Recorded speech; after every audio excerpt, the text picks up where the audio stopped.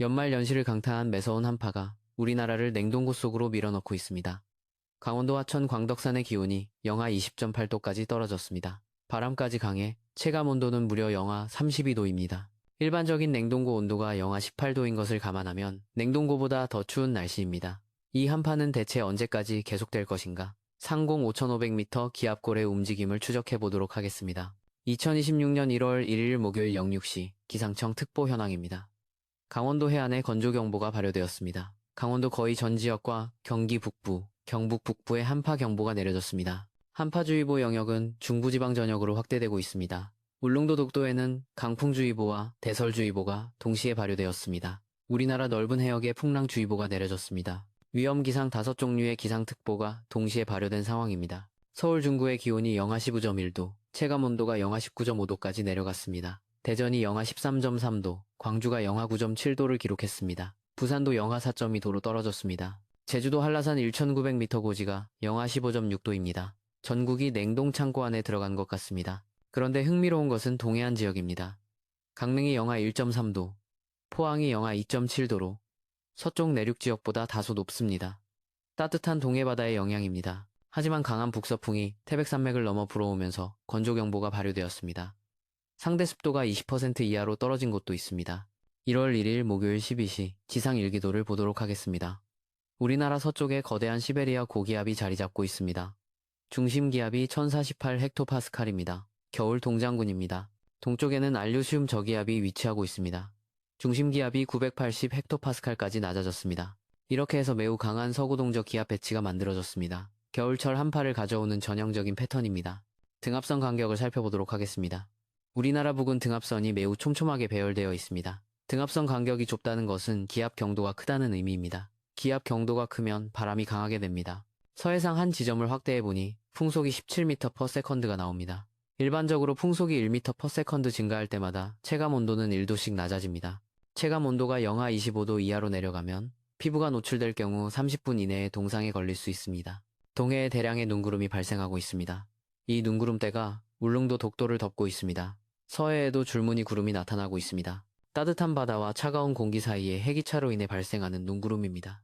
육지에는 눈구름이 발생하지 않고 바다와 도서 지역에만 집중적으로 나타나고 있습니다. 그렇다면 이렇게 강한 한파가 발생한 원인은 무엇인가? 대략 3가지 정도 원인이 있습니다. 첫 번째, 시베리아 고기압의 강한 세력입니다. 시베리아 대륙에서 지속적으로 복사 냉각이 일어나면서 지표면 기온이 극도로 낮아졌습니다. 찬 공기는 무겁기 때문에 아래로 가라앉고 지상에 고기압을 형성합니다. 이 고기압이 우리나라 쪽으로 확장하면서 차가운 공기를 밀어내리는 것입니다. 두 번째, 동쪽 알류긴 저기압의 발달입니다. 저기압과 고기압 사이의 기압 차이가 클수록 바람이 강하게 빱니다. 이것은 마치 높은 곳에서 낮은 곳으로 물이 빠르게 흐르는 것과 같은 원리입니다. 안류 중 저기압이 깊어지면서 시베리아 고기압과의 기압 차이가 커졌고 그 사이에 위치한 우리나라에 강한 북서풍이 불게 된 것입니다. 세 번째, 상공 5,500m의 깊은 기압골입니다. 이것이 가장 중요한 원인입니다. 500헥토파스칼 고도와 850헥토파스칼 기온을 함께 살펴보도록 하겠습니다. 북반구 상공의 공기 흐름을 보여드리겠습니다. 여기에 북극이 있습니다. 우리나라는 여기에 위치하고 있습니다. 편서풍은 똑바로 불지 않고 사행을 합니다. 이 고도선의 굴곡이 편서풍의 사행을 나타냅니다. 고도선이 북쪽으로 볼록하게 올라간 곳을 기압능선, 영어로 리지라고 합니다. 지상에는 주로 고기압이 발달하고 맑은 날씨가 나타납니다. 고도선이 남쪽으로 깊게 파인 곳을 기압골, 영어로 트라프라고 합니다. 기압골을 따라 북쪽 한기가 남하하고 지상의 저기압을 발달시킵니다. 비나 눈과 같은 악기상을 일으킵니다. 우리나라 부근을 확대해 보겠습니다. 1월 1일 목요일 03시 UTC입니다. 한국 시간으로는 12시입니다. 우리나라에 깊은 상공 기압골이 내려와 있습니다. 제주도 남쪽까지 한기가 덮고 있습니다. 영하 30도 이하의 차가운 공기입니다. 카이도 부근에 전리 저기압이 보입니다. 이 전리 저기압이 지상의 저기압을 발달시키고 서구동적 기압 배치를 강화시킵니다. 편서풍이 구불구불하게 파도치며 이동하는 모습이 뱀이 움직이는 모습과 닮았다고 해서 사행이라고 합니다. 이러한 현상을 편서풍 사행 또는 편서풍 파동이라고 합니다. 또는 이 파동을 발견한 미국 시카고 대학의 칼 구스타프 로스비의 이름을 따서 로스비파라고 부릅니다. 공교롭게도 편서풍이 파도치며 동쪽으로 이동해가는 것이 아니라 우리나라 부근에 머물고 있습니다. 상공 기압골이 우리나라 부근에서 한 바퀴 회전을 한 다음 좀처럼 동쪽으로 이동해가지 않습니다. 어떻게 된 것인가? 역사적인 사례를 함께 보도록 하겠습니다. 1970년 쇼와 45년 1월 일본에서 발생한 폭탄 저기압 사례입니다. 당시 저기압이 24시간 동안 32헥토파스칼이나 낮아졌습니다. 폭탄 저기압의 기준은 24시간 동안 24헥토파스칼 이상 낮아지는 것입니다. 이 저기압은 기준을 훨씬 초과했습니다. 이 저기압으로 인해 일본 열도에 기록적인 폭설과 강풍이 몰아쳤습니다. 사망자가 25명, 주택 피해가 5,000채 이상 발생했습니다. 어선 700척 이상이 행방불명되었습니다. 일본 기상 역사상 유일하게 이름이 붙은 폭탄 저기압입니다. 당시에도 상공 깊은 기압골이 일본 부근에 머물렀습니다. 기압골이 동쪽으로 이동하지 않고 제자리에서 회전하면서 지상 저기압을 계속 발달시켰습니다. 이를 차단 고기압 또는 차단 저기압 현상이라고 합니다. 영어로 블로킹이라고 합니다. 현재 우리나라 상황도 이와 유사합니다. 기압골이 우리나라 부근에서 2일, 3일 간격으로 내려왔다 올라갔다를 반복하고 있습니다. 이것이 바로 이번 한파가 장기전이 될 것으로 예상되는 이유입니다. 1월 2일 금요일 12시입니다. 추위는 더욱 강해집니다. 서울이 영하 8도, 부산이 영하 2도를 나타내고 있습니다. 낮 12시인데도 기온이 이렇게 낮습니다. 한파가 피크를 맞이하고 있습니다. 우리나라를 둘러싼 전 해역에 눈구름이 발생하고 있습니다.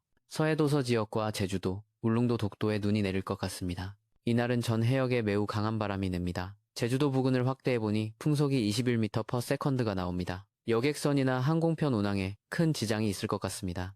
외출 시 두툼한 외투가 필요합니다. 노출된 배관은 동파될 위험이 있으니 보온 조치를 취하시기 바랍니다. 미국 GFS 모델을 함께 보도록 하겠습니다. 1월 3일 토요일입니다. 여전히 서구동저 기압 배치로 추위는 계속되고 있습니다. 시베리아 고기압이 중국 상하이 부근까지 내려왔습니다. 등압선 간격이 다소 넓어지고 바람이 약해지는 것 같습니다. 이 고기압의 영향으로 우리나라 부근에 있던 눈구름이 대부분 사라졌습니다. 극단적인 한파는 잠시 소강 상태가 될 것 같습니다. 1월 4일 일요일입니다. 서구동저 기압 배치는 계속됩니다. 그러나 등압선 간격이 더욱 넓어지고 바람 방향도 북서풍에서 서풍으로 바뀌었습니다. 추위는 계속되지만 체감 온도는 다소 올라갈 것 같습니다. 1월 5일 월요일입니다. 새로운 한 주가 시작되는 타이밍입니다. 일본 쪽에 저기압이 통과하고 있습니다. 이 시기에는 동해에 특별한 현상이 나타납니다. 백두산을 돌아서 부는 북동풍과 태백산맥을 넘어오는 북서풍이 충돌하여 동해상 중앙에 수렴대가 만들어집니다. 수렴대에서는 상승기류가 발생하고 저기압이 발생하기도 합니다. 이 저기압이 또다시 서구동저 기압 배치를 만들고 북쪽 차가운 공기를 끌어내립니다. 주목해서 살펴보도록 하겠습니다. 유럽 ECMWF 모델도 함께 비교해보겠습니다. 전반적인 패턴은 GFS 모델과 유사합니다. 다만 저기압의 위치와 강도에서 약간의 차이가 있습니다. ECMWF 모델은 동해상 저기압을 좀 더 북쪽에 위치시키고 있습니다. 이 경우 영동지방에 눈이 더 많이 내릴 수 있습니다.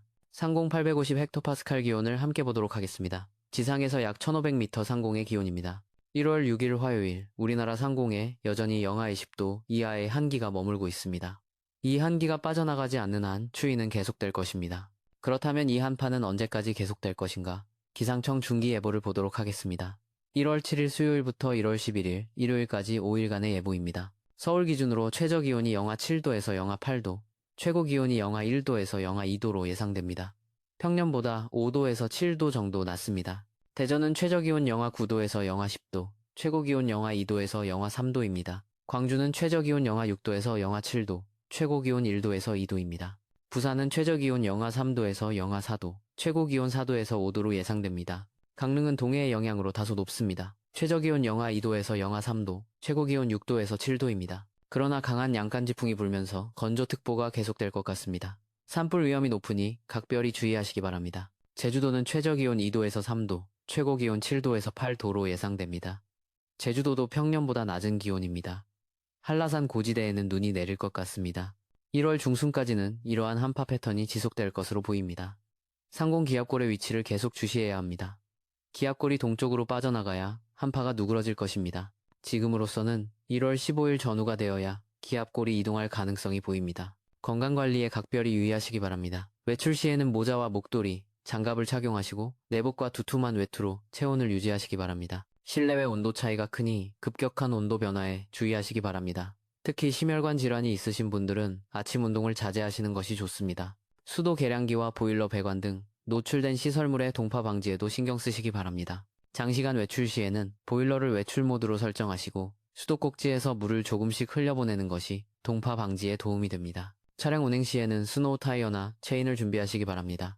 특히 산간지역과 다리 위는 결빙 위험이 높으니 감속 운행하시기 바랍니다. 차량용 비상키트도 미리 준비해 두시는 것이 좋습니다.